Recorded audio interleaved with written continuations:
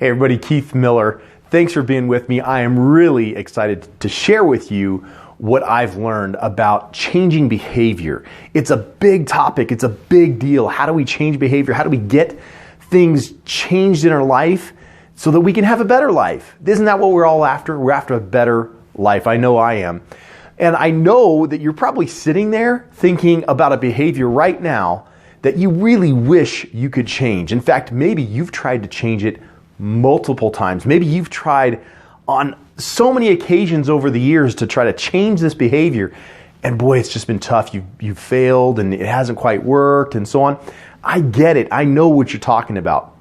Well, there's three things that you need to change behavior. I'm only going to talk about one today because this one thing, I think if you do this one, the other two kind of naturally happen. They just kind of naturally flow. So here it is.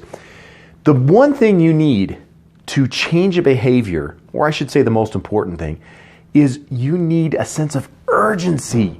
You got to actually believe that you have no other option, that the only option you have is to change this behavior and do it now. If you don't do it now, some terrible thing is going to happen and you don't have an option. That's what I mean by a sense of urgency. That's what you need in order to change your behavior. Have you ever had an opportunity where you had this thing and you had to get it done, but you've sat down a couple of times to complete it, but never quite got done, and then suddenly you had this deadline and you had to get it done. It was tomorrow.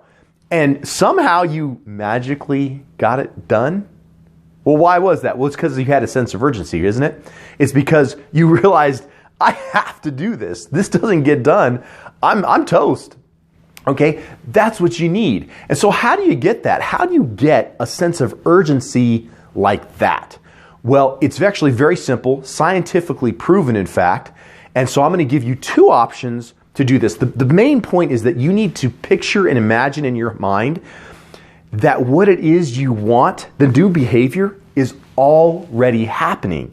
And if you have that very clear in your head, your behavior will suddenly start to morph and start to change to fit what you've imagined in your head. And so the two ways I like to do it is, number one, do a meditation, 10, 15-minute meditation where you are quiet and you're just picturing and visualizing what your life is like when you're doing this new behavior. And the second is I like to write down what my life is like. Just write it down.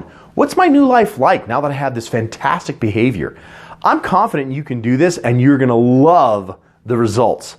My name's Keith Miller. Have a great day.